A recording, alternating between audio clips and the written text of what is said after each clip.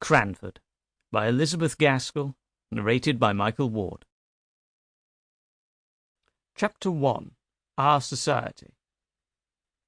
In the first place, Cranford is in possession of the Amazons. All the holders of houses above a certain rent are women. If a married couple come to settle in the town, somehow the gentleman disappears. He's either fairly frightened to death by being the only man in Cranford evening parties, or he is accounted for by being with his regiment, his ship, or closely engaged in business all the week in the great neighbouring commercial town of Drumble, distant only 20 miles on a railroad. In short, whatever does become of the gentlemen, they are not at Cranford. What could they do if they were there? The surgeon has his round of 30 miles, and sleeps at Cranford, but every man cannot be a surgeon. For keeping the trim gardens full of choice flowers without a weed to speck them, for frightening away little boys who look wistfully at the said flowers through the railings, for rushing out at the geese that occasionally venture into the gardens if the gates are left open, for deciding all questions of literature and politics without troubling themselves with unnecessary reasons or arguments, for obtaining clear and correct knowledge of everybody's affairs in the parish, for keeping their neat maidservants in admirable order, for kindness somewhat dictatorial to the poor, and real tender good offices to each other whenever they are in distress, the ladies of Cranford are quite sufficient. A man, as one of them observed to me once, is so in the way in the house. Although the ladies of Cranford know all each other's proceedings, they are exceedingly indifferent to each other's opinions. Indeed, as each has her own individuality, not to say eccentricity, pretty strongly developed, nothing is so easy as verbal retaliation, but somehow goodwill reigns among them to a considerable degree. The Cranford ladies have only an occasional little quarrel, spirited out in a few peppery words and angry jerks of the head, just enough to prevent the even tenor of their lives from becoming too flat. Their dress is very independent of fashion. As they observe, what does it signify how we dress here at Cranford, where everybody knows us? And if they go from home, their reason is equally cogent.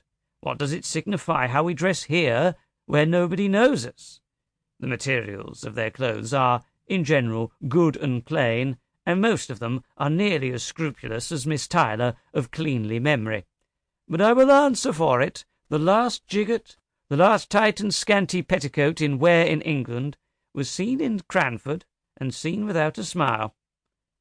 I can testify to a magnificent family red silk umbrella, under which a gentle little spinster, left alone of many brothers and sisters, used to patter to church on rainy days. Have you any red silk umbrellas in London?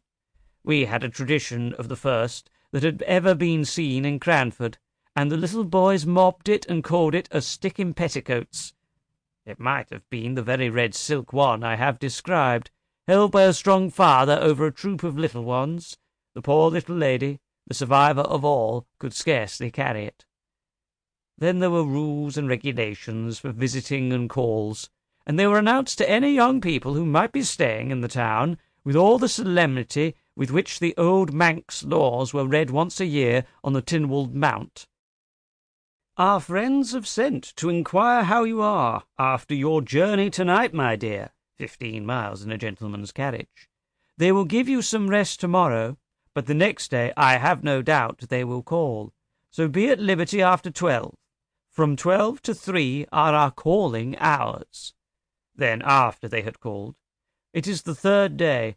I dare say your mamma has told you, my dear, never to let more than 3 days elapse between receiving a call and returning it, and also that you are never to stay longer than a quarter of an hour. But am I to look at my watch?